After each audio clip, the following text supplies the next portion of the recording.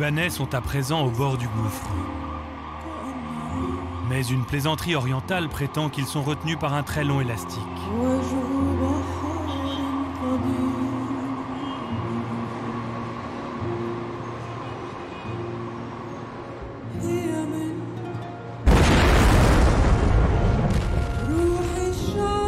Peut-être celui-ci s'est-il finalement rompu lors de l'explosion du port de Beyrouth, en août 2020.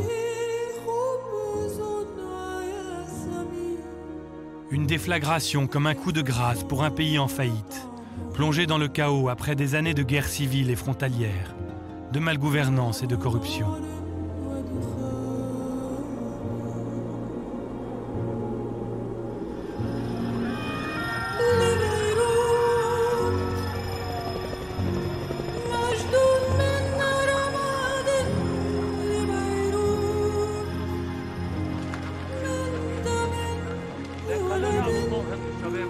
Deux jours seulement après la catastrophe, le président français s'est rendu sur les ruines encore fumantes de Beyrouth.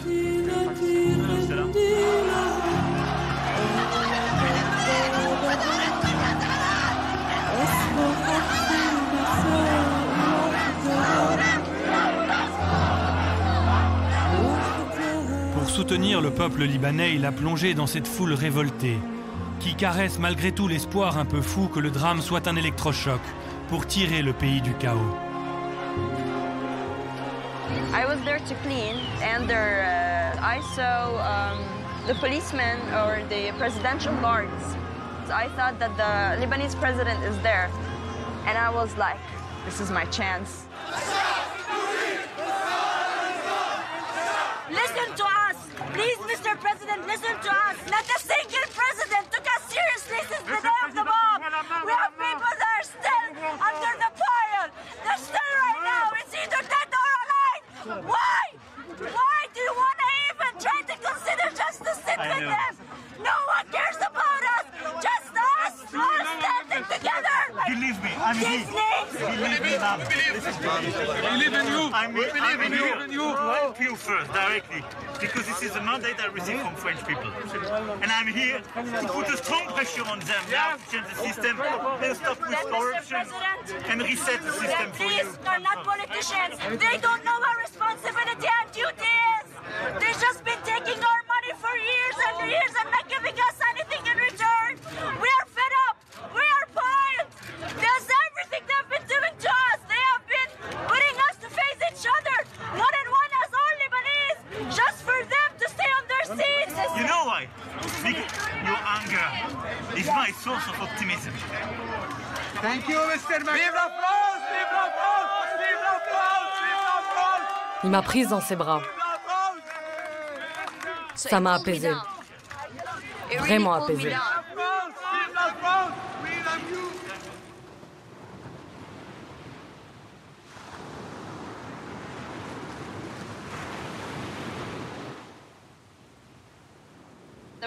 La majorité a perdu espoir. Mais moi, je n'ai pas perdu espoir dans le Liban.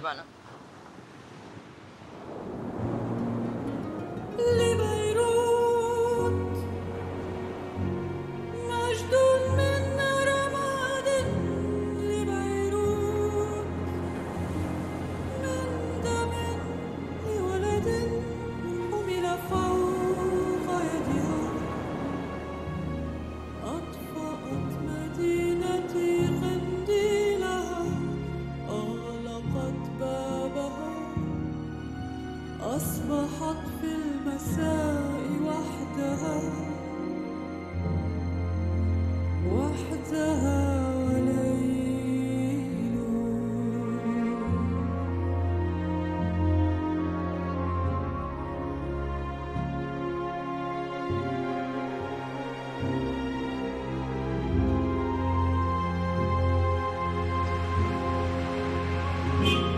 Ce film est celui d'une génération qui se bat, malgré tout, et qui veut croire que le Liban peut encore s'extraire du chaos. Surmonter le nœud de problèmes qui plombent une nation si foisonnante et autrefois si prospère. C'est l'histoire d'un pays, mosaïque de communautés, qui se trouve à la croisée de tous les défis du Moyen-Orient. comme un voyage à la rencontre d'une jeunesse plurielle pour comprendre les 5 plaies du Liban. La corruption, la guerre, la démission de l'État, le confessionnalisme et l'anarchie.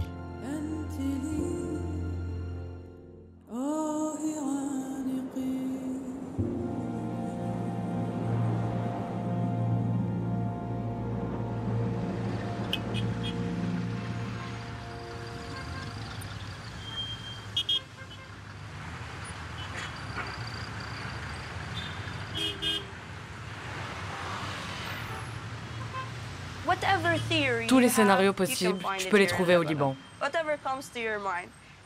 Ici, c'est comme un zoo.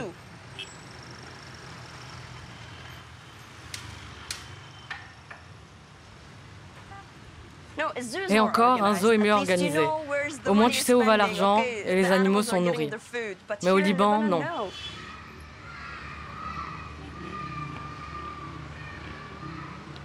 Liliane a 24 ans. Étudiante en sciences politiques, elle se voyait déjà diplomate. Et ses parents se sont privés de tout pour lui payer l'une des meilleures universités du pays. Mais le Liban traverse l'une des pires crises financières au monde. Et la famille de Liliane, comme beaucoup d'autres, s'est retrouvée ruinée. Elle a dû renoncer à ses études et trouver un boulot alimentaire.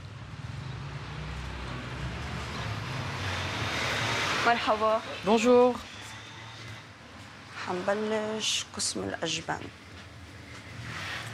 Bon, je vais prendre du fromage. En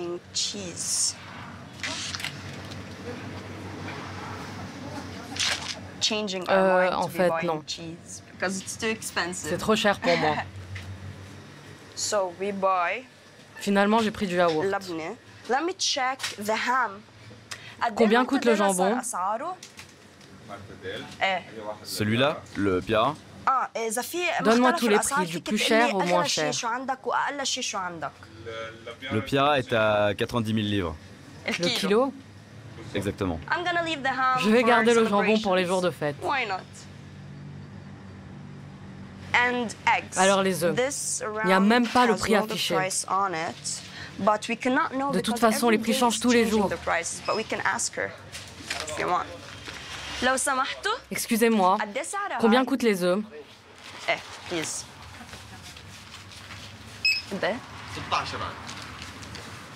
16 000 livres libanaises.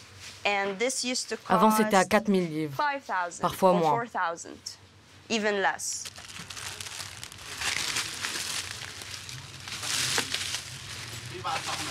Le patron de la supérette a un peu honte d'alimenter cette inflation galopante.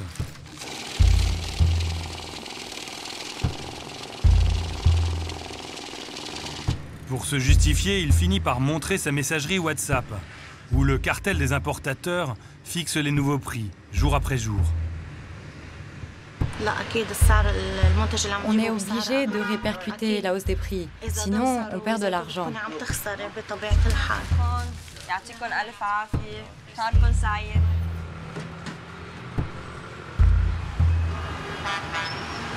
Dans les stations-service, la crise est encore plus aiguë. L'hyperinflation bloque l'importation d'essence et la pénurie qui s'installe bloque l'activité, aggravant le cercle vicieux de la faillite nationale.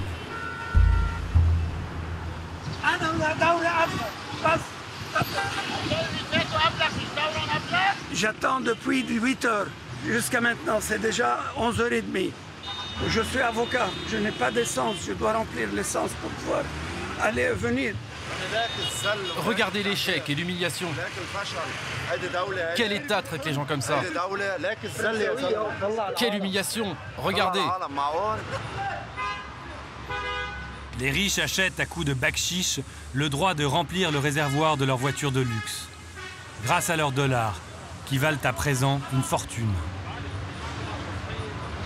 Le climat social en devient chaque jour plus explosif.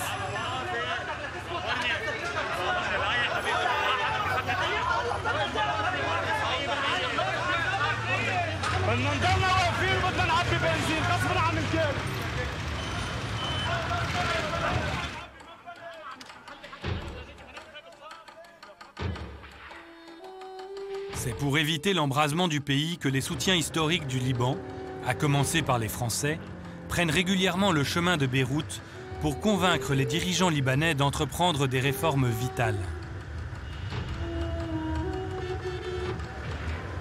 Aujourd'hui, c'est le ministre des Affaires étrangères, Jean-Yves Le Drian, qui se rend à Baabda, le palais présidentiel. Le Liban est une démocratie fragile, avec un système politique unique au monde. Reflet de sa division entre chrétiens et musulmans. C'est la formule dite des 3 présidents. D'abord Michel Aoun, le président de la République, qui représente le tiers chrétien du pays. Puis le président du Parlement, l'inamovible Nabi Berri, qui incarne le tiers musulman chiite. Tandis que le Premier ministre, aussi appelé président du Conseil, appartient au tiers musulman sunnite de la population. Le dernier en date, Najib Mikati, est venu en visite à l'Élysée dès sa nomination.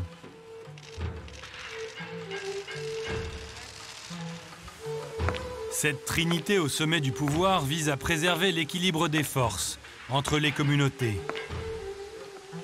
Mais en pratique, elle assoit surtout un système quasi féodal de milliardaires et de chefs de clan qui se cooptent en vase clos. Ça veut dire qu'il y a une forme d'autisme des responsables politiques qui sont dans leur propre sphère, en train de faire ensemble des combinaisons politiques assez ahurissantes quand on voit l'état de délabrement du pays, et cette logique-là n'est plus possible. Je pense que M. Macron a sous-estimé la fourberie des politiciens libanais. Eux ne sont pas devenus présidents de la République il y a 4 ans. Eux sont dans la politique depuis 30-40 ans. Haut responsable de l'ONU et conseiller de plusieurs présidents français, l'universitaire Hassan Salamé a été ministre au Liban et connaît bien ses anciens collègues. Ils ont l'habitude de manipuler les puissances étrangères, et notamment les présidents pressés. Ils savent les manipuler comme ça. On sait qu'il y a des moyens de sortie. Grâce à l'effort de tous, il y avait sur la table 11 milliards de dollars disponibles pour contribuer à la reconstruction du Liban. Mais il y avait en même temps des exigences. C'est-à-dire qu'il fallait que le Liban se mette en mouvement pour faire en sorte que les réformes essentielles puissent avoir lieu. Malheureusement, à l'heure où je parle, ces engagements ne sont pas tenus. Le Liban n'est pas un système où il y a de la corruption. On est bien au-delà de la corruption. On est dans un système kleptocratique où il y a une captation de l'argent public par la classe politique et une partielle redistribution de cet argent capté à vos partisans. Cette corruption est au cœur de la crise financière libanaise, qui compte parmi les plus grosses faillites étatiques depuis plus d'1 siècle. Sur la rue Hamra, un temps comparable aux Champs-Élysées de Beyrouth, la moitié des magasins a fermé. Et les grosses enseignes internationales ont cédé la place à des friperies pour répondre au désarroi des anciennes classes moyennes.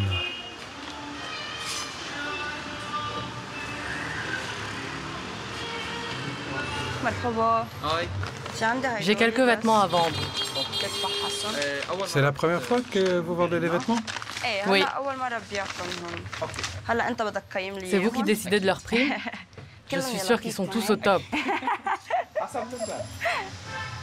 Ça, c'est une bonne marque. Alors un super prix. Celui-là a des taches. Je ne peux vraiment pas te le prendre. Pas du tout?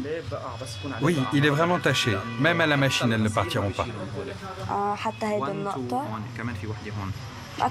Tu es sûr que c'est une tache? Moi, je pense que ça ira.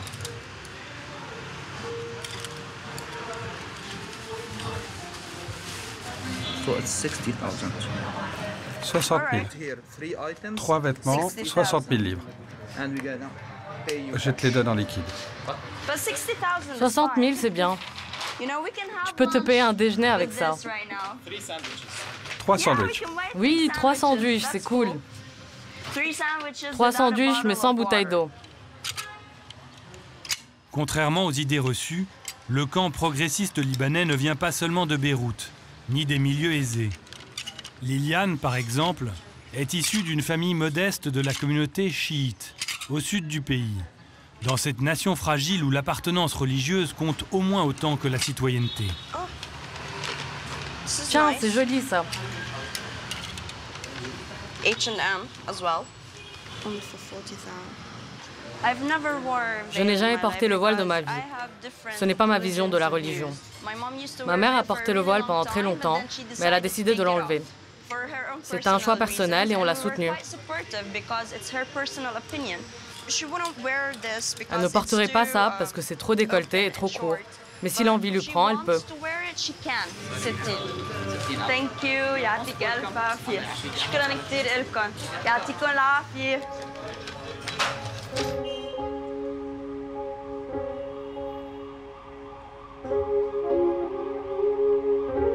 This is the central bank. Ici, c'est la banque centrale. Il y a eu beaucoup de manifs devant. C'est le principal centre de fraude du Liban. Cet homme, que Liliane et la majorité des Libanais blâment plus que tout pour leur débâcle économique, c'est Riyad Salamé, le patron de la Banque centrale depuis 3 décennies. Spéculation, trafic d'influence et fuite des capitaux, il est perçu comme le symbole de la gabegie au sommet de l'État. J'ai été utilisé comme bouc émissaire. Les gens pensent que la Banque centrale peut tout faire. Et quand il n'y a pas de gouvernement, donc c'est la seule entité qui fonctionne. Aujourd'hui, vouloir détourner tous les malheurs du Liban sur la Banque centrale, permettez-moi de vous dire que c'est très caricatural. Ce qui est caricatural, c'est que nous n'avons pas les pouvoirs faire des réformes. Et aujourd'hui, parce qu'il n'y a pas eu de réforme, il y a eu cette crise. Et cette crise, on nous la reproche uniquement à la Banque centrale. Comme un grand nombre de jeunes Libanais, Liliane a rejoint le mouvement d'octobre 2019, qui voulait mettre à bas ce système irréformable et corrompu. Mais la révolution a fait long feu. Reste la révolte qui gronde et s'embrase un peu partout. Comme aujourd'hui sur la route de l'aéroport.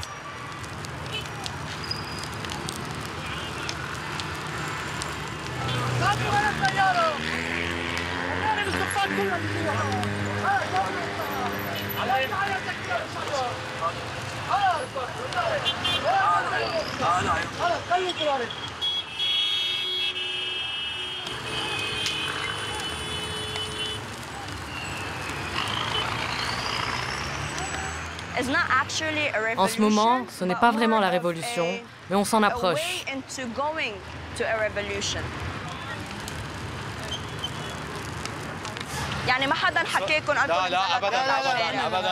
Nous avons atteint un point de non-retour. Personne ne nous a dit de manifester. Personne ne nous a rien dit. Nous nous sommes appelés et nous nous sommes dit qu'il était temps de descendre dans la rue. Aujourd'hui, notre plus grand rêve est de quitter ce pays. Depuis que Michel Aoun est président, notre seule préoccupation est de savoir comment émigrer. Les gens font la queue pour avoir de l'aide alimentaire. Combien coûte une bouteille de lait? 230 000. Honte à eux. Regardez ce qu'ils font aux enfants, aux bébés. Réveille-toi, peuple libanais. On a subi le Covid, la corruption, l'effondrement économique, l'explosion du port. Et le peuple a fait des manifs énormes dans la rue. Mais hélas, les Libanais sont encore très divisés politiquement et en termes d'identité. Du coup, l'espoir d'une unité libanaise n'est pas encore atteint. Mais une fois qu'on sera tous en train de vraiment crever de faim, je suis certaine qu'on va s'unir et là, le Liban va connaître la vraie révolution. La première tête que les révolutionnaires rêvent de voir tomber, c'est celle du banquier. Outre la mauvaise gestion, Riyad Salamé est accusé d'avoir pris dans la caisse des sommes faramineuses, estimées à plus d'1 milliard de dollars. Selon les révélations des Pandora Papers, il compte en outre parmi les dirigeants libanais disposant de sociétés offshore, dans des paradis fiscaux. Ceci est très faux. Il y a aujourd'hui des enquêtes et la vérité apparaîtra. Le paroxysme de cette calomnie, c'est la plainte en France sur des biens que j'avais avant d'être gouverneur. Le LG Sherpa dit quand même que vous avez 150 millions d'euros au Luxembourg, par exemple. C'est pas vrai. Et d'ailleurs, l'enquête le montrera. Même chose pour les 400 millions de dollars en Suisse dont parle le Sherpa et le LG. Mais je n'ai rien à voir avec ces 400 millions.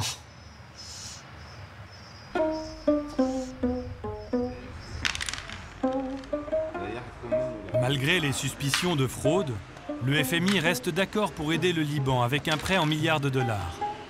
Mais à une condition, que la Banque centrale joue la transparence et ouvre ses livres de compte.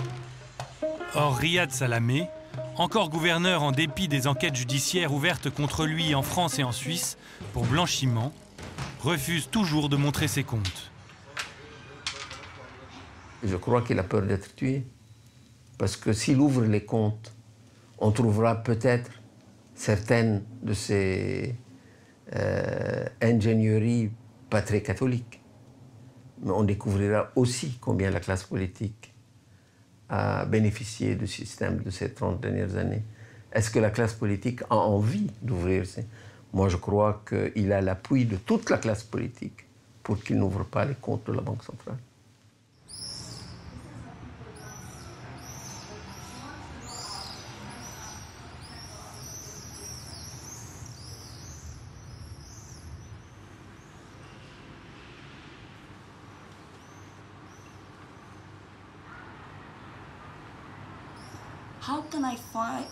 Comment est-ce que je peux combattre ce système? Est-ce qu'il faut que je m'enfuie du Liban? Ou au contraire, faut-il que je reste pour lutter avec les autres?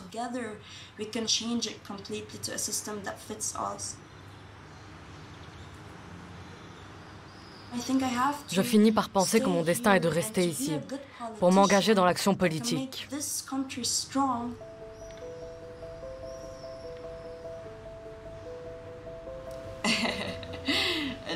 Le proverbe « Les Libanais aiment la vie », c'est très vrai.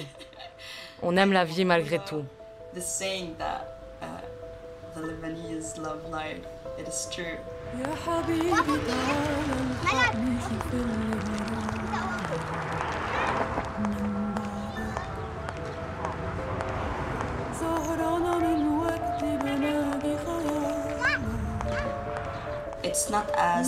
Contrairement à ce que disent les médias, nous ne sommes pas seulement un peuple déprimé et pleurnichard qui se laisse aller.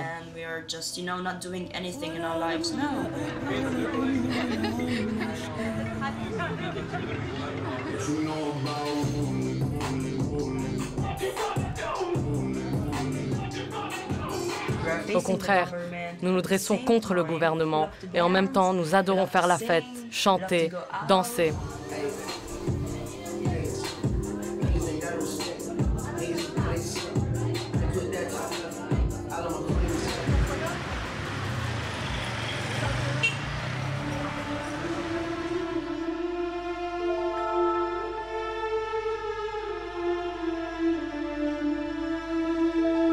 Mais la débâcle économique est loin d'être la seule cause du chaos libanais. Otage du Moyen-Orient, le pays réunit tous les défis d'une région du globe, où 18 religions, 9 États et 6 guerres se concentrent dans un carré d'à peine 500 km de bord. Au sud du pays, c'est ainsi l'insécurité face à Israël qui mine la fragile République libanaise. Un état de guerre larvée qui dure depuis des décennies.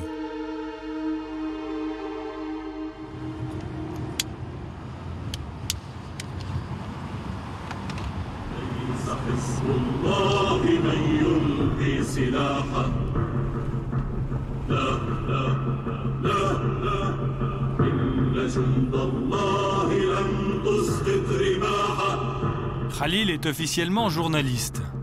Mais dès qu'ils croisent les bannières jaunes du Hezbollah qui marquent l'entrée dans le sud Liban, le militant l'emporte sur le reste.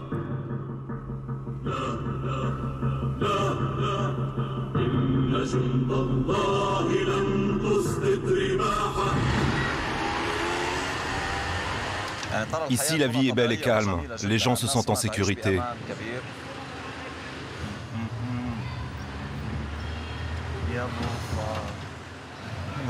Voilà un modèle réduit de la mosquée d'Al-Aqsa, le dôme du rocher à Jérusalem. C'est pour marquer notre solidarité avec les Palestiniens. Le Liban n'a pas reconnu l'État d'Israël. La frontière entre les deux pays n'est qu'une ligne de cessez-le-feu, que patrouillent les casques bleus de l'ONU.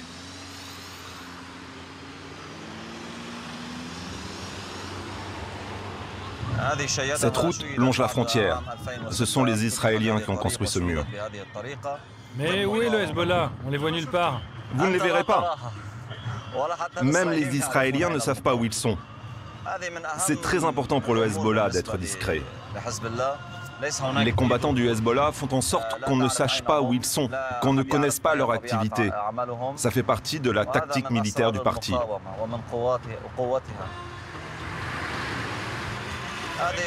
Regardez, c'est une caméra installée par les Israéliens pour nous espionner. Ils ont des espions et nous surveillent aussi depuis le ciel avec des drones.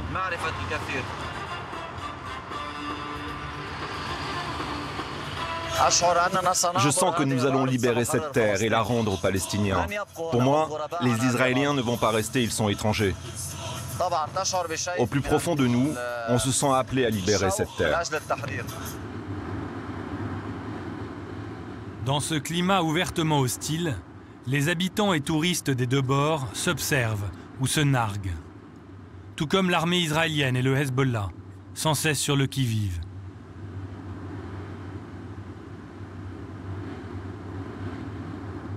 En face, c'est Israël. Les colons viennent du monde entier pour s'installer là. C'est l'armée? Oui, il y a l'armée. En haut, il y a une base militaire. Et en bas, ce sont les maisons des civils. Mais peu importe, je pense qu'ils sont tous armés.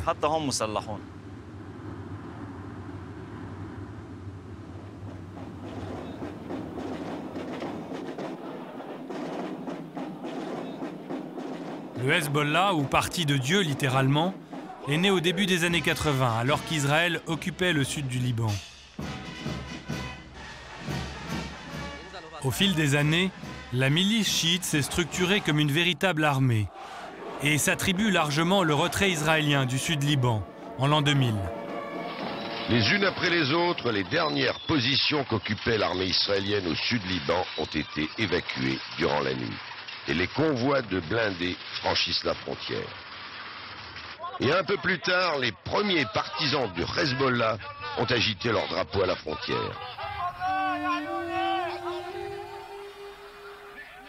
Devenu la première puissance militaire et politique libanaise, le Hezbollah, actuellement dirigé par Hassan Nasrallah, reste inscrit sur la liste des organisations terroristes établies par les USA et par plusieurs pays d'Europe. Beaucoup accusent le parti d'être le pantin de l'Iran, la principale puissance de l'islam chiite, et le fer de lance d'une haine obsessionnelle contre Israël et l'Amérique. Le pays est un champ de bataille. Le pays est un champ de bataille. Fondamentalement, la bataille est entre les Américains et les Iraniens. Fondamentalement. Mais il y a d'autres acteurs moins importants. Israël, la Turquie, la Syrie, les Européens, bon, ils sont là aussi. L'Iran a dû payer des dizaines de milliards de dollars, peut-être 50 ou 60 milliards de dollars, au cours des 3 décennies passées, en vue de renforcer le Hezbollah, qui, comme le dit son secrétaire général, vit, mange, combat, s'équipe grâce au soutien financier iranien. Et le Hezbollah fait partie de la puissance militaire iranienne dans la région. Un peu comme la Légion étrangère en France. Ça fait partie de l'armée française. D'après les Américains, Le cofondateur du Hezbollah serait mort lors d'une frappe de drone de la CIA, qui visait un commandant de l'armée iranienne en janvier 2020. Mais pour un homme mort, Naïm Qassem se porte comme un charme. Je me suis préparé au martyre à n'importe quel moment et à n'importe quel endroit. Il n'y a rien de surprenant à ce que se répandent de fausses informations, de temps à autre, relayant ma mort ici ou là.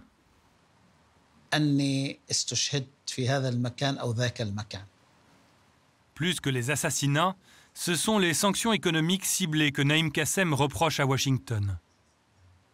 La position américaine, leurs sanctions à l'encontre du Liban sont à l'origine de la crise libanaise depuis environ 3 ans.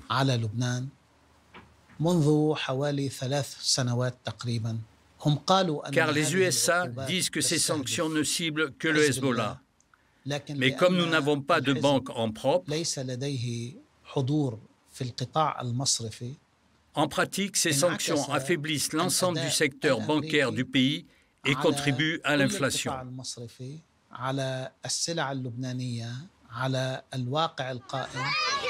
Peut-être que ces sanctions nuisent à l'économie libanaise et contribuent à ses difficultés, comme le prétend Qassem. Mais, ironiquement, elles affectent fort peu le Hezbollah avec ses subsides venus de l'Iran. Comme ces camions d'essence qui viennent renforcer l'image d'un parti perçu comme bon gestionnaire et beaucoup moins corrompu que les autres.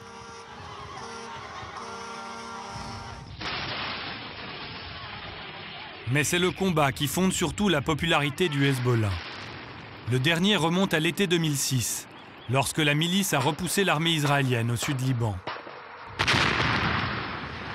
Une guerre pour rien, de part et d'autre. Pourtant perçue au Liban comme une victoire par rapport aux nombreuses déroutes des armées arabes contre Israël.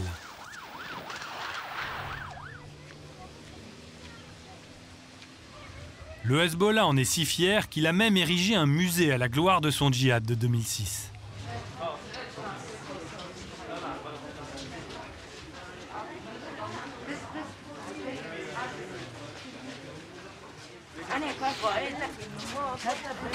Ce fut une grande surprise pour eux. Israël ignorait que la résistance possédait de tels missiles. Et aujourd'hui, la résistance ne cache rien. Les missiles sont capables d'atteindre n'importe quel point de la Palestine occupée.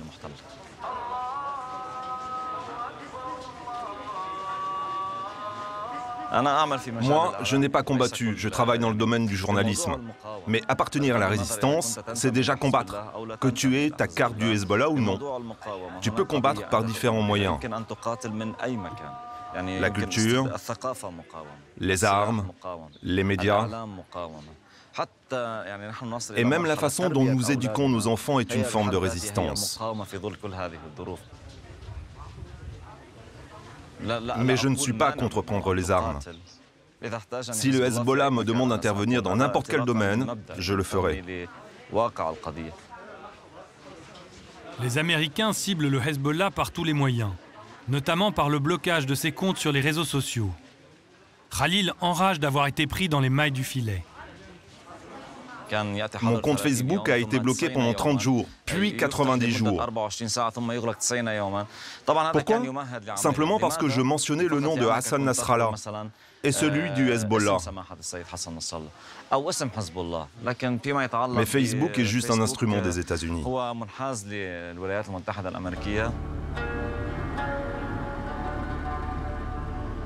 L'opposition au Hezbollah n'est pourtant pas qu'occidentale ou israélienne. À l'intérieur même du Liban, certains voient le parti comme une pieuvre qui cannibalise la République. Une milice religieuse qui emploie son énorme stock d'armes et sa lutte contre Israël comme prétexte pour étendre encore son pouvoir sur le Liban, au risque de réveiller le spectre de la guerre civile.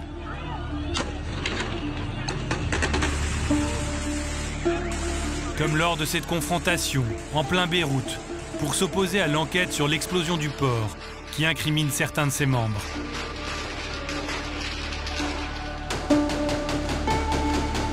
Sami Gemayel, leader du parti phalangiste de la droite chrétienne, se targue d'être l'un des derniers remparts face à cette domination.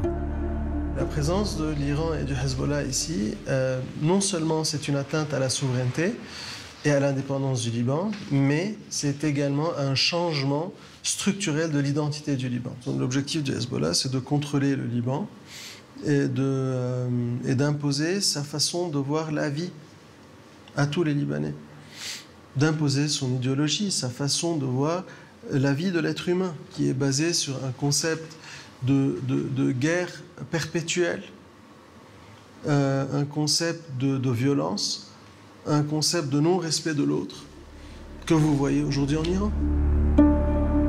Neveu d'un président de la République assassiné, frère d'un ministre également abattu, Sami Gemayel porte le lourd fardeau de la Phalange. Un parti accusé d'un des pires massacres de la guerre civile qu'a connu le Liban, de 1975 à 1990. C'était dans les camps de réfugiés palestiniens de Sabra et Shatila, en banlieue sud de Beyrouth, alors occupée par Israël.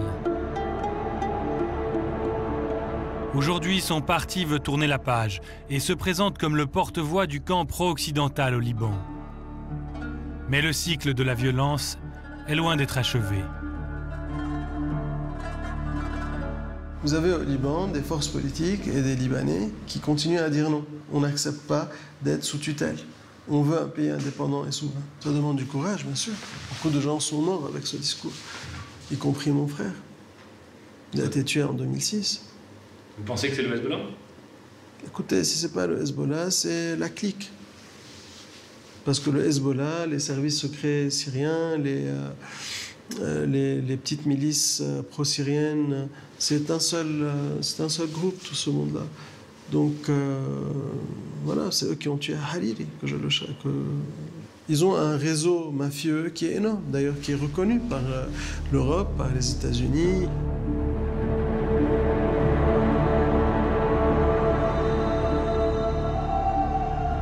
Assassinat de l'emblématique Premier ministre Rafik Hariri, responsabilité indirecte dans l'explosion du port de Beyrouth à l'été 2020, et même trafic de drogue à grande échelle, Sami Gemayel n'hésite pas à prendre à son compte certaines des pires accusations contre le Hezbollah.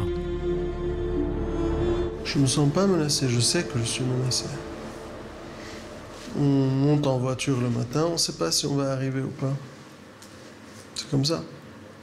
Vous savez, entre 2005 et 2013, il y a eu 14 assassinats politiques au Liban, dont 2 qui ont visé notre parti.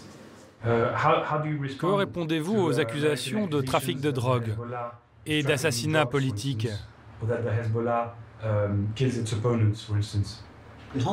On nous accuse de tels faits pour porter atteinte à notre réputation. Oui, nous sommes une résistance, nous l'affirmons haut et fort.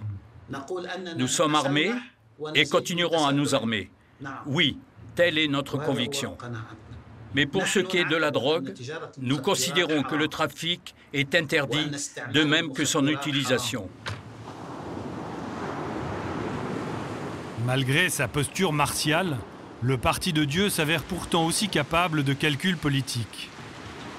Notamment lorsqu'il s'agit de négocier avec Israël la frontière maritime en Méditerranée, où des gisements prometteurs de gaz naturel ont été découverts.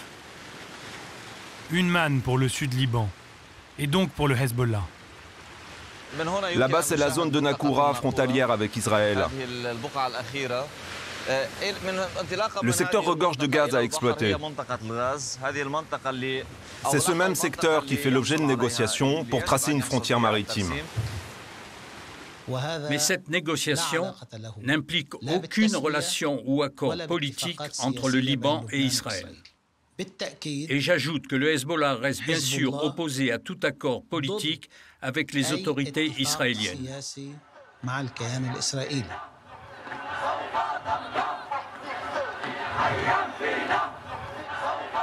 Si le conflit demeure l'essence du Hezbollah, c'est aussi parce que la mystique du sang versé reste l'une des clés de l'islam chiite depuis sa création. Cette exaltation du martyr, célébrée notamment par des flagellations rituelles lors de la cérémonie d'Ashura, peut aller dans sa logique extrême jusqu'à l'attentat suicide.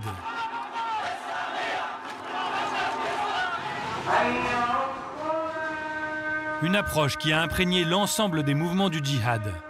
D'abord chiites, puis, par extension, jusqu'aux groupes terroristes sunnites.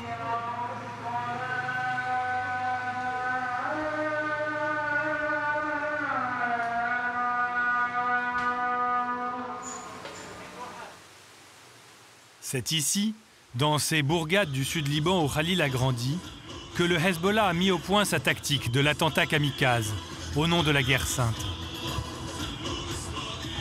Comme vous pouvez le voir, il y a des images de martyrs un peu partout. En voilà une autre.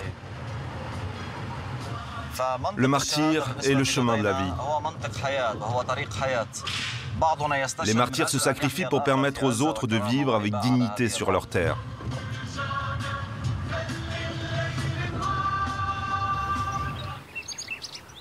Véritable État dans l'État, le Hezbollah tire sa puissance de sa capacité à gérer tous les aspects de la vie de ses membres.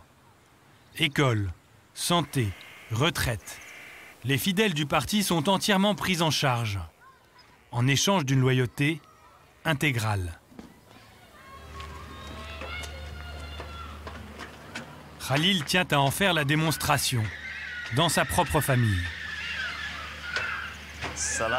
Bonjour grand-mère, comment vas-tu? C'est Khalil, le fils de Mariam. Oh mon chéri. Tu vas bien? Ça te fait quel âge maintenant? 95 ans. 95, que Dieu prolonge ta vie. Je ne suis plus très en forme. Non, tu vivras encore longtemps. Tu verras la libération de la Palestine. C'est ma tante.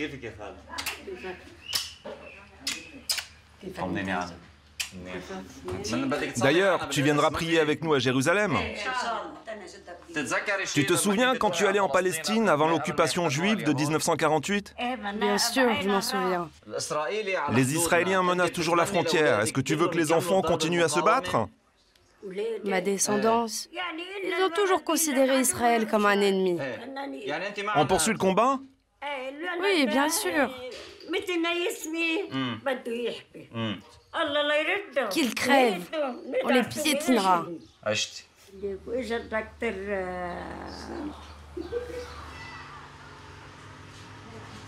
C'est son fils Roder, mort en martyr. La résistance lui a donné une voiture bourrée d'explosifs, mais l'attentat a échoué.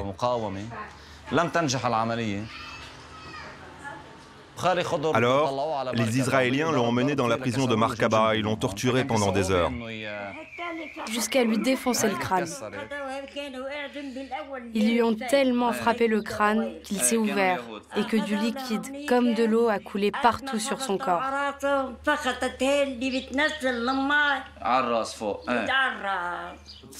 Alors les Israéliens sont venus ici, ils ont sorti toute la famille de la maison et ils l'ont détruite. Sur l'étagère, parmi les bibelots, Khalil montre fièrement les photos des autres membres de la famille tombés à la frontière israélienne, mais aussi en Syrie, où le Hezbollah envoie ses troupes soutenir la dictature. C'est Hassan, le martyr Hassan, mon fils. Je suis fière qu'il soit martyr.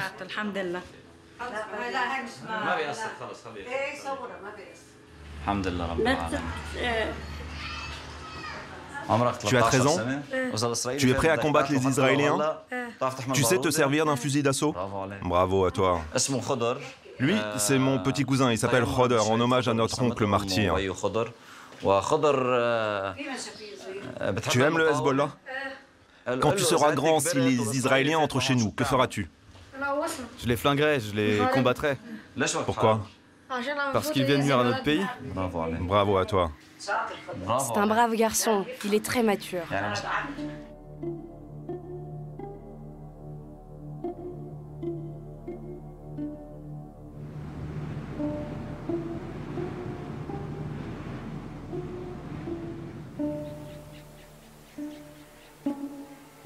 Plus au nord, la vallée de la Beka est l'autre grand fief du Hezbollah. Cette fertile vallée agricole était déjà le grenier à blé du pays, au temps des Romains, qui construisirent le fameux temple de Jupiter à Baalbek.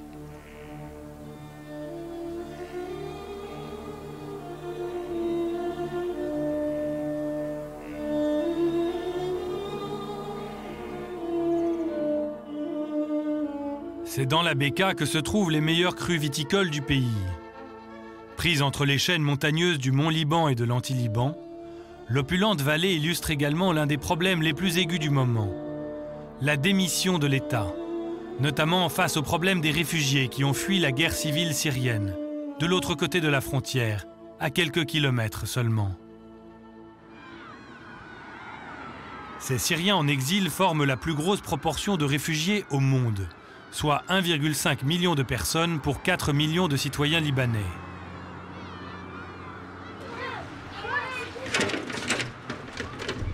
Leur présence vient déstabiliser un pays historiquement toujours inquiet d'éviter l'ingérence de la Grande Syrie sur le petit Liban. Dans les rues de la Bekaa où le Hezbollah fait la loi, s'affichent encore des portraits géants de son complice, le dictateur Bachar al-Assad, autre membre clé de la grande alliance chiite au Moyen-Orient. L'État libanais essaye d'ignorer le problème des réfugiés. Il n'y a aucun grand camp dans la Bekaa, ni aucune présence ostensible d'ONG internationales. Tout est fait pour les rendre invisibles.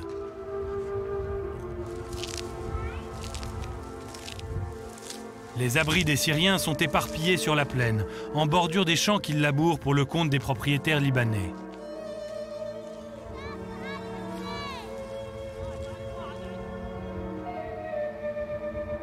Bien souvent, ce sont les femmes et les enfants qui sont exploités, car ils forment la main-d'œuvre la moins chère.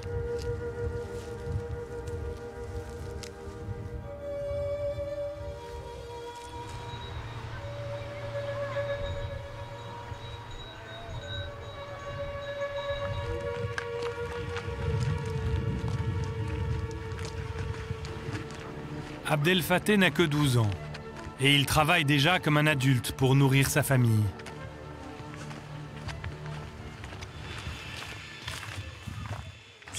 Je travaille plus dur que les autres enfants. Ceux qui sont au champ travaillent seulement 1 ou 2 heures. Moi, quand j'ai pas école, je travaille de 9h du matin à 22h. C'est dans l'abri familial, au sein même du petit camp de réfugiés de Saad Naël, que le gamin a bricolé son salon de coiffure, après avoir commencé comme apprenti chez un autre barbier. En vérité, j'ai blessé beaucoup de personnes au début. Enfin, moi surtout. Je me suis beaucoup blessé avec le rasoir, ici et là. La chose la plus difficile, c'est le rasoir. Parce qu'avec le moindre faux mouvement, je peux blesser le client.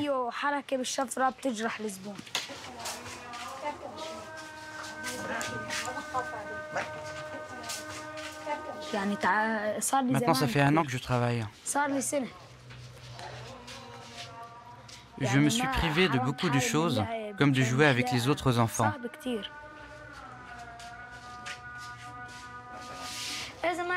Si je ne travaille pas, toute ma famille aura faim. C'est déjà arrivé plusieurs fois. On n'avait que du thym et de l'huile à manger matin, midi et soir. Quand je gagne de l'argent, on peut se nourrir. Sinon, on ne peut pas.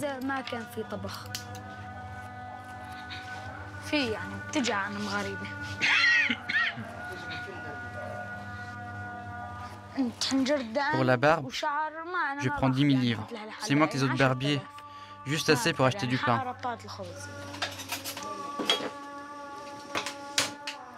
Les parents d'Abdel Fattah ont fui la région d'Alep, en Syrie, après la destruction de leur maison lors d'une frappe aérienne du régime, en 2014.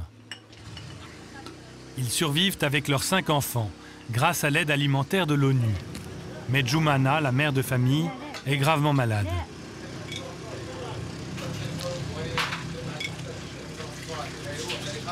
Les réfugiés n'ont pas le droit d'avoir un vrai emploi salarié au Liban.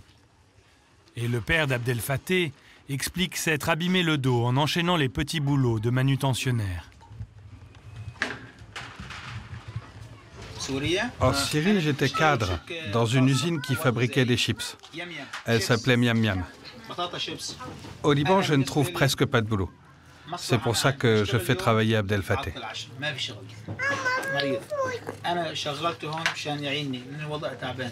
Je sais que c'est mal, mais je n'ai pas le choix. Moi, je ne peux rien faire, ni mon mari. Et les autres enfants sont encore trop petits. Mais même les petits vont devoir travailler. Et leur vie sera un échec.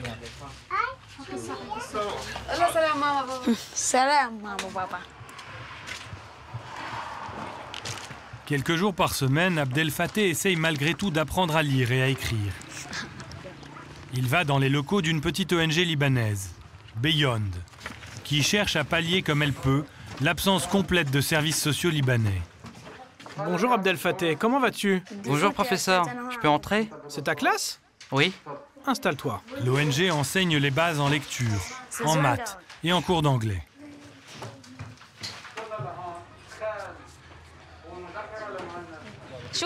Alors, ça te plaît l'école? Parfait, bravo. Créé pour lutter contre l'exploitation des réfugiés syriens, le centre recueille à présent un tiers de mineurs vulnérables libanais, tant la misère du pays a jeté d'enfants à la rue.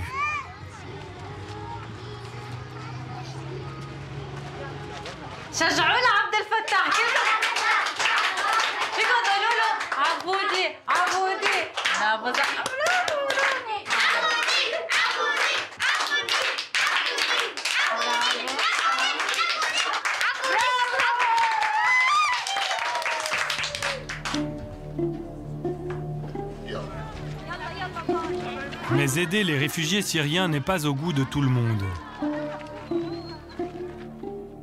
L'homme fort du pays côté chrétien, Gebran Bassil, gendre du président et ex-ministre des Affaires étrangères, voudrait dissocier le destin libanais du perpétuel chaos régional. Le Liban, on lui demande des choses qui sont hors de sa capacité de soutenir, comme la naturalisation des Palestiniens et des Syriens. On subit les conséquences des conflits de la région et même, je peux dire, du monde. Si la Russie et les États-Unis ne sont pas d'accord sur quelque chose qui appartient au Liban, on paye le prix. Entre l'Arabie saoudite et l'Iran, on paye le prix. Entre la Syrie et le Golfe, on paye le prix. Entre Israël et notre région, on paye le prix. Alors, c'est toujours à nous, comme un petit pays, qui est d'une façon ou d'une autre lié à tous les problèmes de la région, à payer le prix. Girouette pour les uns, maître stratège pour les autres, Gebran Bassil incarne ce paradoxe d'une classe politique libanaise indélogeable, malgré les accusations de mauvaise gestion et les crises qui s'accumulent. Chef du principal bloc parlementaire, il est aussi l'artisan d'un de ces retournements d'alliance dont le Liban a le secret. Il a ainsi poussé son beau-père, le président Michel Aoun, ancien ennemi juré de la Syrie, à passer un pacte avec le Hezbollah, et donc les Syriens, pour garantir sa mainmise au sommet du pouvoir.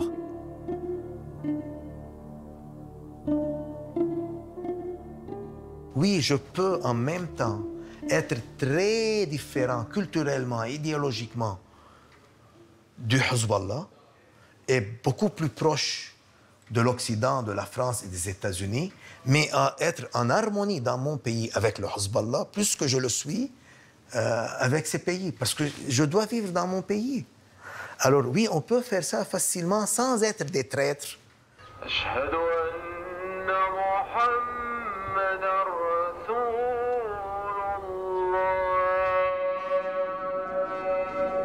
La géographie exprime beaucoup de choses au Liban. Ainsi, cette vallée de la Beka, poudrière de trafiquants et de réfugiés syriens que contrôlent les milices du Hezbollah, ne se trouve-t-elle qu'à une dizaine de kilomètres à vol d'oiseau des fiefs chrétiens de la montagne.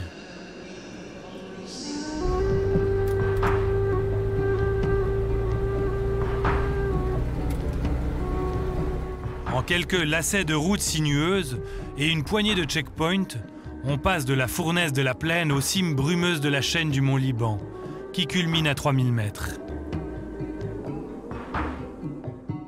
C'est le propre d'un pays à peine grand comme le département français de la Gironde, où, selon l'adage, on peut skier le matin et se baigner dans la mer Méditerranée l'après-midi.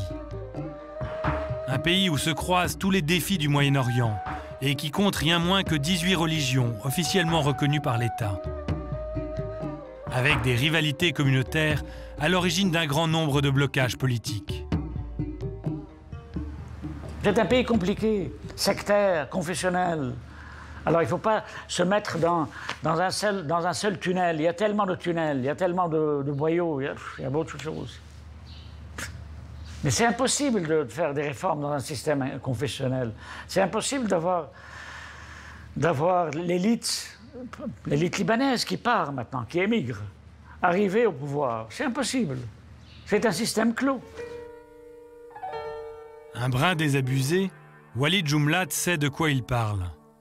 Il domine depuis 4 décennies le groupe religieux des Druzes, issu d'une des branches de l'islam chiite, et qui ne représente guère que 6% de la population. Farouches guerriers, ces Druzes sont peu nombreux, mais historiquement importants dans le pays. D'autant qu'au XVIIe siècle, leur prince Fakhreddin fut le premier à établir l'émirat du Mont Liban, ébauche de la nation libanaise. Sa capitale, Deir el-Kamar, soit le couvent sous la lune, est l'un des plus anciens villages de la région du Chouf, sur les flancs sud de la chaîne du Mont Liban.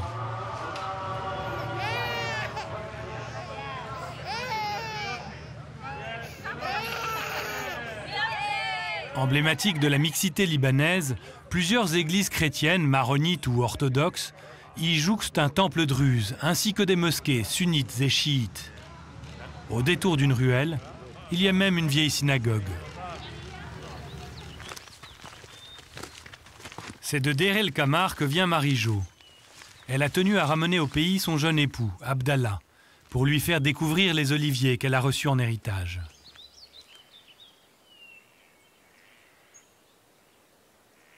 Ma grand-mère a perdu son mari dans un duel du village, et quand elle était toujours enceinte de mon père.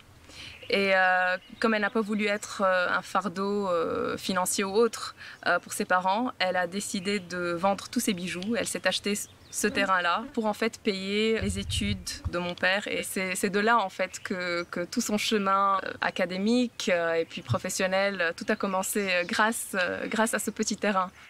Dans la logique libanaise où les études passent avant tout, Marie-Jo a poursuivi la lancée familiale avec un master de droit à Paris. Elle y a rencontré Abdallah, titulaire d'un doctorat en droit international de l'université de Cambridge. Les deux Libanais sont aujourd'hui avocats au barreau de New York, mais ils ont tenu à revenir au pays pour se marier. Le couple a fait un choix militant pour confronter un fléau qui sclérose le pays, son système confessionnel, soit le fait que le statut juridique et les droits de chaque personne dépendent de sa religion d'origine. En pratique, les Libanais ne sont donc pas égaux devant la loi et les mariages mixtes sont un casse-tête. La famille de Marie-Jo est chrétienne maronite. Ma famille, Salam, c'est une famille musulmane sunnite. Souvent, les Libanais vont à l'étranger pour se marier civilement parce qu'il y a une grande hypocrisie au niveau du système libanais, spécifiquement au niveau du ministère de l'Intérieur libanais qui est prêt à reconnaître, enregistrer des mariages civils s'ils sont conclus à l'étranger. Ils les enregistrent en 2 minutes, 5 minutes. C'est très facile. Mais si le mariage civil est conclu plus proche du ministère de l'Intérieur, au Liban, sur le territoire libanais, à que 5 minutes du ministère, alors là, non, ça, là, c'est un grand problème. Donc c'est la stratégie du tabou, en fait. Donc le tabou, ça ne veut pas dire que c'est interdit, ça veut dire que c'est permis, mais il faut le faire en cachette.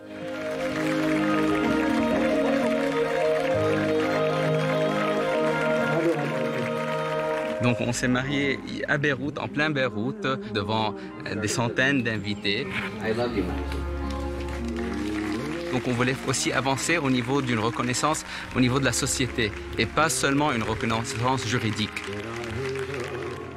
L'union d'Abdallah et Marie-Jo est le premier mariage laïque à s'être tenu publiquement au Liban. dans le fameux palais sur Soc, emblématique de la capitale, et ravagé depuis par l'explosion du port. Leur mariage vise à briser un tabou national, celui de la religion qui s'immisce dans chaque aspect du quotidien des Libanais.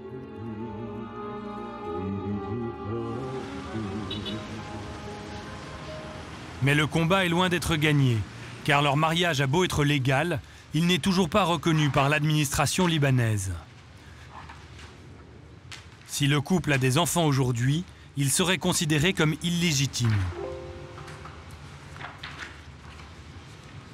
Donc nous ne sommes pas vraiment en conflit avec l'État, nous sommes en conflit avec le personnel de l'administration qui ne veut pas appliquer les lois. C'est une obstruction administrative, un certain harcèlement administratif, parce que le mariage en tant que tel est valable, il a ses effets juridiques du moment qu'on a signé le contrat devant un notaire.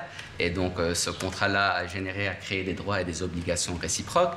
Mais c'est juste qu'on l'a enregistré au ministère de l'Intérieur, mais depuis, il ne nous donne pas notre livret de famille. Campagne d'opinion, interviews télé et conférences de presse. Les deux avocats ont lancé une procédure à grande échelle contre le ministère de l'Intérieur.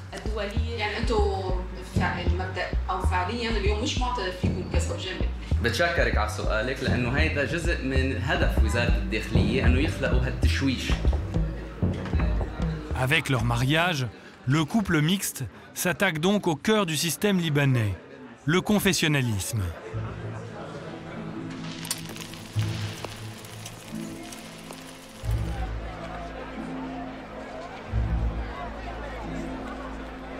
Né sous l'Empire ottoman qui a contrôlé le Liban pendant des siècles, ce système confessionnel a été renforcé par les Français, qui s'installèrent dans le pays après les accords Sykes-Picot, signés au sortir de la Première Guerre mondiale, pour se partager le Moyen-Orient avec l'Angleterre.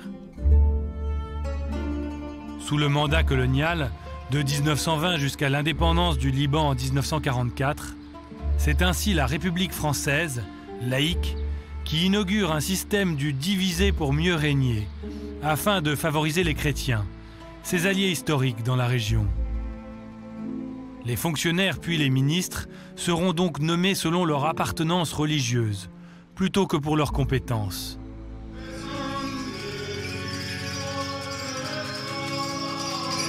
Au tiers chrétien du pays, la présidence de la République.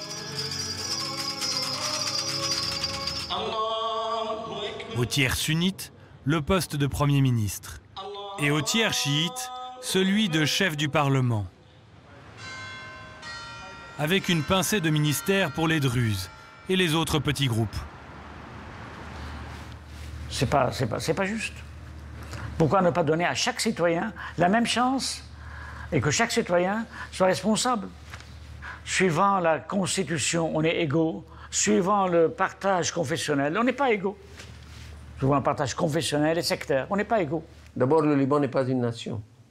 N'a jamais été une nation. Le Liban est un État qui a été le refuge de nombre de communautés et qui n'a pas réussi à se transformer en une nation, qui ne l'a peut-être pas cherché non plus. Les gens ont été parqués dans leur confession. Et je pense que c'est une atteinte originelle aux droits des individus au Liban de se libérer de leur confession qui leur a été ôtée. Au Liban, tous les habitants sont armés, créant ainsi, depuis le début de la crise, un véritable climat insurrectionnel permanent. Ce système confessionnel fut la principale cause des 15 ans de guerre civile interreligieuse, jusqu'aux accords de paix de Taïf en 1989, fossilisant le statu quo et renforçant le clientélisme communautaire. Vous êtes parqués comme du bétail dans votre confession. Et le système confessionnel est devenu l'autre face de la corruption. Si vous avez un système népotiste où la classe politique achète son salut en soudoyant une partie de la population, cette partie de la population qu'elle soudoie n'est pas n'importe laquelle. Ils vont choisir des gens qui appartiennent à leur propre confession. L'économie s'est effondrée en grande partie à cause de la corruption. Cette corruption massive, on n'arrive pas à attaquer, à la dénouer à cause du confessionnalisme, ou en grande partie à cause de ça. Parce qu'à chaque fois qu'on veut pointer le doigt vers un certain dirigeant ou un fonctionnaire, il y a toujours une carte qui dit non. Pourquoi tu t'attaques à un chrétien? Pourquoi tu t'attaques à un musulman? Pourquoi à un sunnite? Pourquoi pas à ce chiite? Pourquoi pas à ce maronite? Etc. Et c'est ce jeu-là, cette défense confessionnelle, qui en fait protège un système de clientélisme, de corruption, et qui a vraiment abîmé l'État. Le Liban, aujourd'hui, est au cœur du chaos. La situation risque de s'empirer. Nous ne sommes pas optimistes quant au court terme. Ça ne veut pas dire que le combat ne doit pas se poursuivre pour un Liban meilleur à long terme.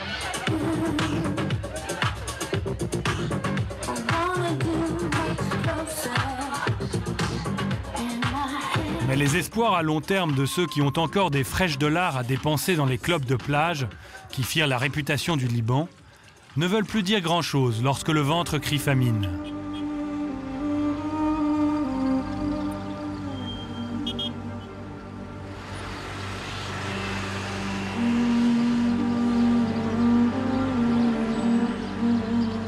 À Tripoli, dans le nord du pays, la révolution n'est plus pour demain.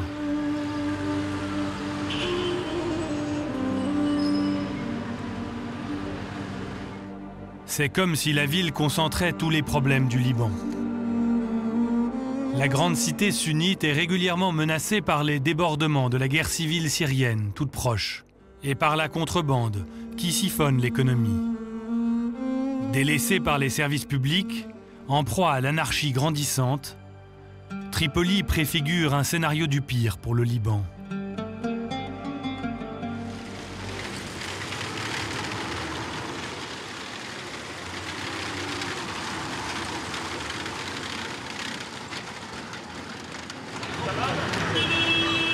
Dans le tiraillement des influences régionales qui menacent de faire imploser la nation libanaise, c'est vers l'Arabie saoudite ou vers la Turquie des frères musulmans que les sunnites du nord Liban tournent le regard à mesure que leur pays se délite.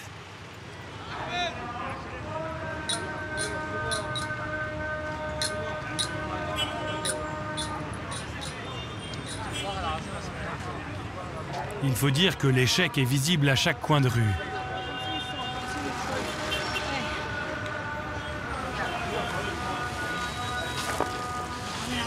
Même les anciennes classes moyennes vont chercher de quoi manger aux soupes populaires.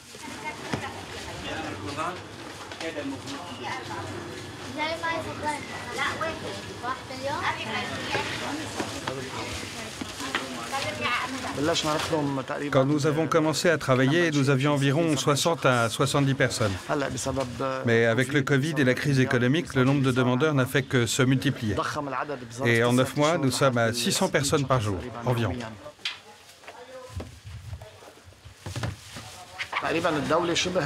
Actuellement, l'État ne fait que contempler. Il n'intervient pas du tout. Sans les associations, les choses seraient beaucoup plus compliquées. On pourrait même arriver à un climat pré-insurrectionnel.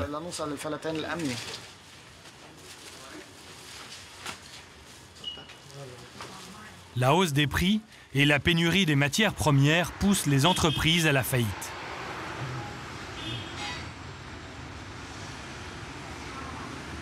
Ainsi la boulangerie d'Ahmed, dans le quartier pauvre de Bab el-Tabane, qui oscille entre détresse et colère.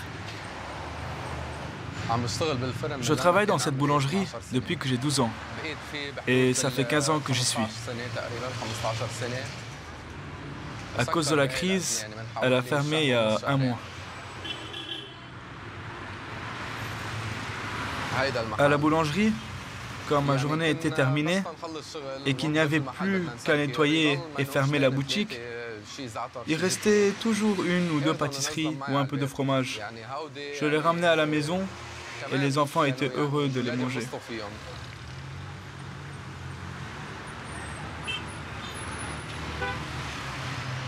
En tant que père, lorsque je rentre chez moi et que je trouve mon fils qui me dit qu'il veut du chocolat ou une glace et que je ne peux pas lui acheter,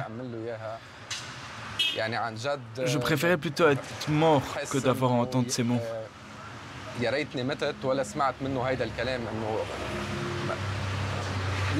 Pourquoi je l'ai fait naître dans ce monde? Qu'est-ce que je peux faire de plus?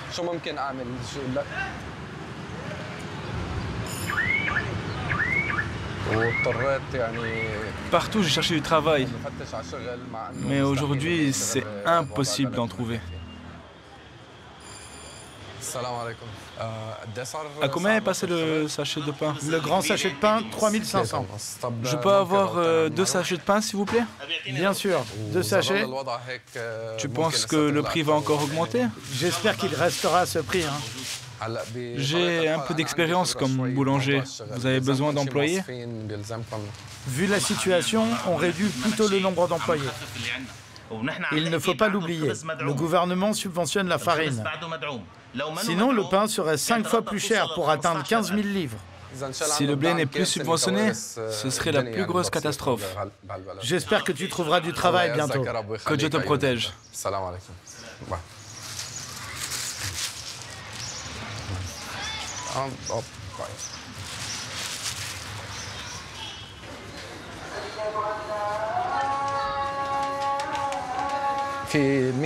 Tout le monde vous dira que mon quartier est le pire de Tripoli.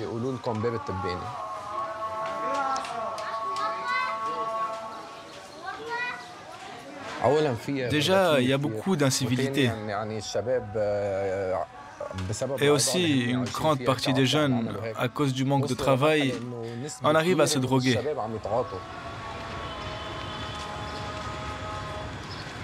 Les problèmes sont nombreux, la sécurité est très faible, il y a des fusillades et je rêve de partir de cette ville.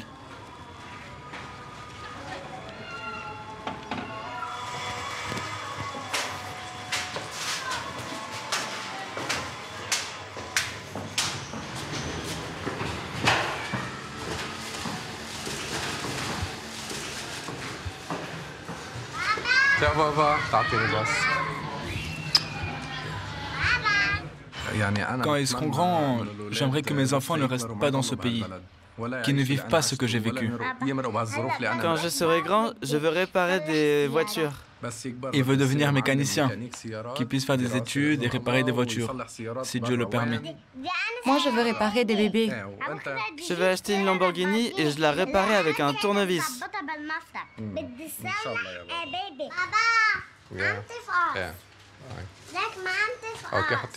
Ahmed donne le change et s'efforce de sourire devant ses enfants. Mais il n'y a plus d'électricité ni d'eau potable et le frigo vide sert de placard. Au plus noir de la misère, Tripoli devient une poudrière qui chaque jour menace d'exploser. C'était hier, juste ici. Une bagarre où l'armée avait arrêté quelqu'un.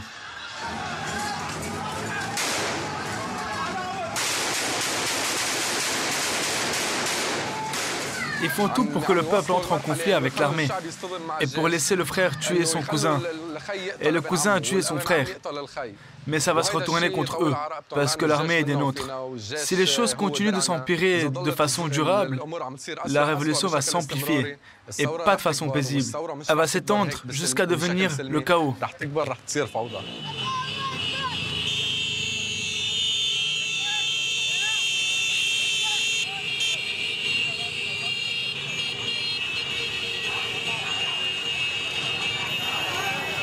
Aujourd'hui, c'est la rumeur d'un enfant mort, asphyxié à l'hôpital faute de soins et d'électricité, qui jette la foule dans la rue.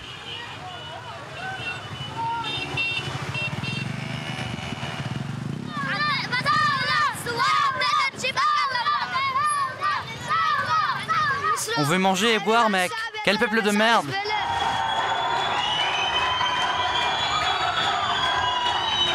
Plus que la famine elle-même, c'est le sentiment d'injustice qui enrage les classes pauvres sunnites, comme le revers du système politique confessionnel qui gangrène le pays.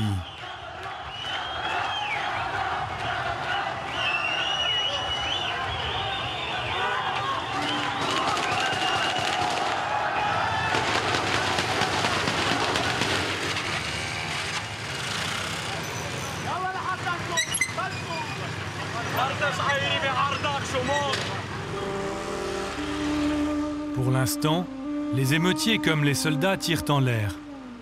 Mais combien de temps ces soldats, eux-mêmes sunnites et ruinés par la crise, vont-ils prendre leurs ordres de Beyrouth?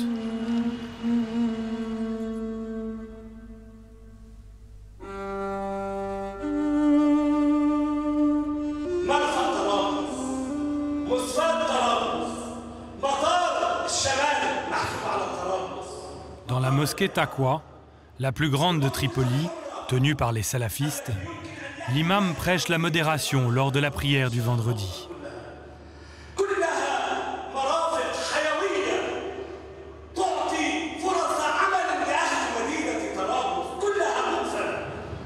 Mais le cheikh Amir Raad dit comprendre la désespérance de ses ouailles. Il ne fait aucun doute qu'aujourd'hui nous sommes arrivés à une étape dangereuse, et même très dangereuse. Et elle a échappé à tout contrôle. Nous avons adressé des lettres aux gens, leur disant surtout « N'entrez pas en conflit avec l'armée ». Et une lettre à l'armée en disant « Ce sont vos parents, vos frères, votre clan ». Non, ne vous battez pas, comprenez-vous. Ensemble, vous devez mener un seul combat, contre les politiciens, contre ceux qui ont mangé l'argent des gens, sans contrepartie.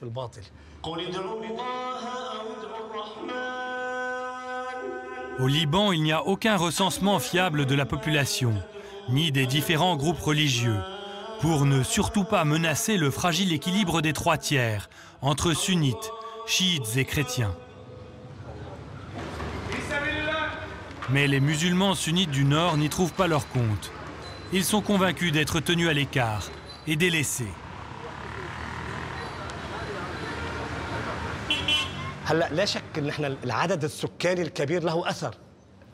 En vérité, il n'y a pas de doute. Les sunnites sont majoritaires dans ce pays.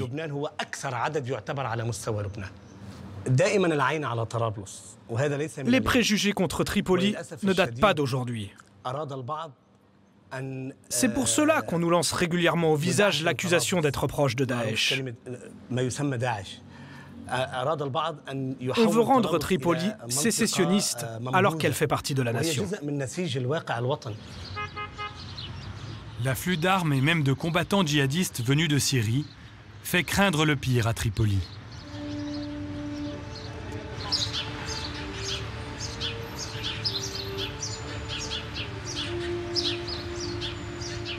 Mais certains notables veulent encore croire à un autre destin. Ainsi l'ancien député Mesbah el-Ahdab, si fier d'inspecter la forteresse Saint-Gilles, construite pendant les croisades par les comtes de Toulouse, et qui témoigne du passé très ancien de cette cité cosmopolite.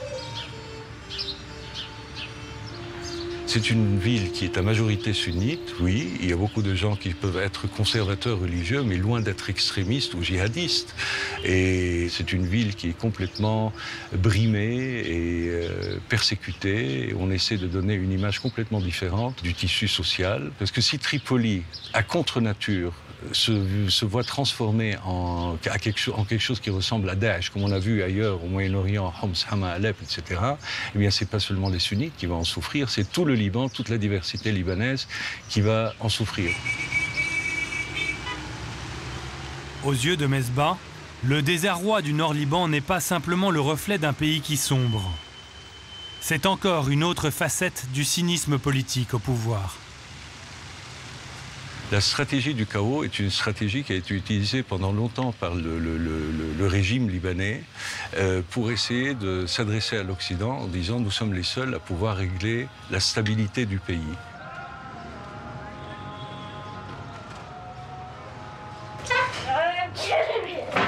Je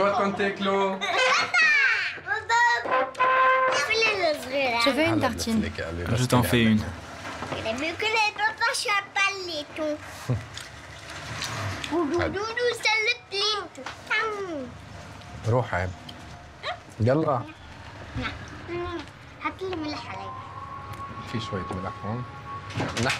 Dans la semaine, on peut manger ce genre de nourriture 2 à 3 fois. Et si en fin de journée, il reste des haricots chez le marchand,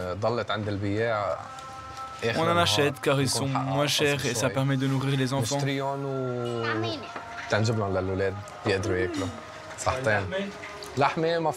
Mais de la viande, on n'en mange pas. Le prix de la viande, c'est devenu du feu. On est passé de 15 000 le kilo à 170 000.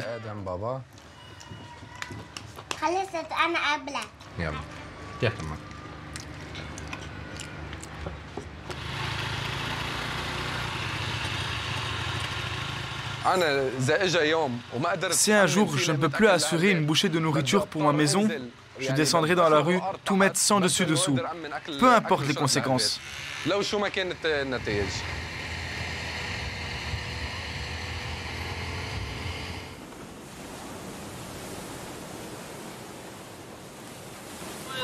Il nous faut un nouveau gouvernement. Un nouveau gouvernement, et qu'on puisse le choisir. Oui, bien sûr, avec de nouvelles têtes. Des experts, pas des magouilleurs. C'est pas une vie ici.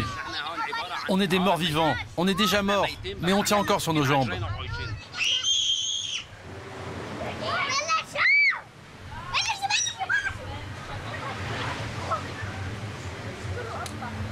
Moi, si j'ai l'opportunité de quitter ce pays, je n'hésiterai pas.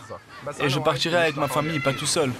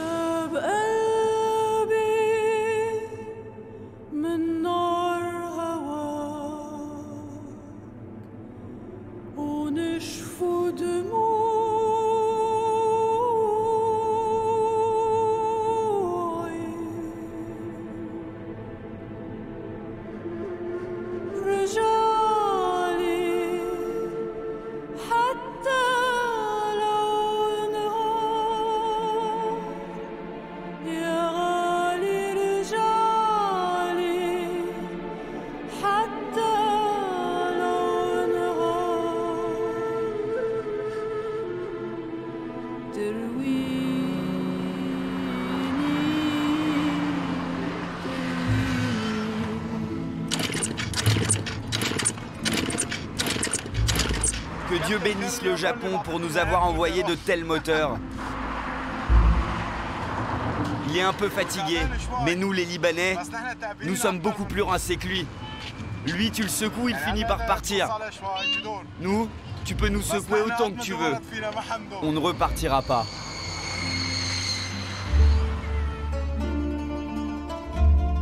Au cœur du chaos, que reste-t-il aux Libanais ?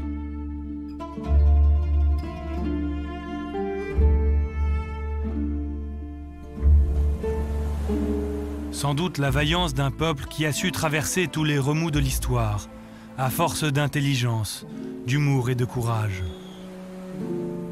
Car si, à les entendre, les Libanais sont dirigés par les pires gouvernants au monde, il n'en demeure pas moins un peuple qui se dresse face à l'adversité.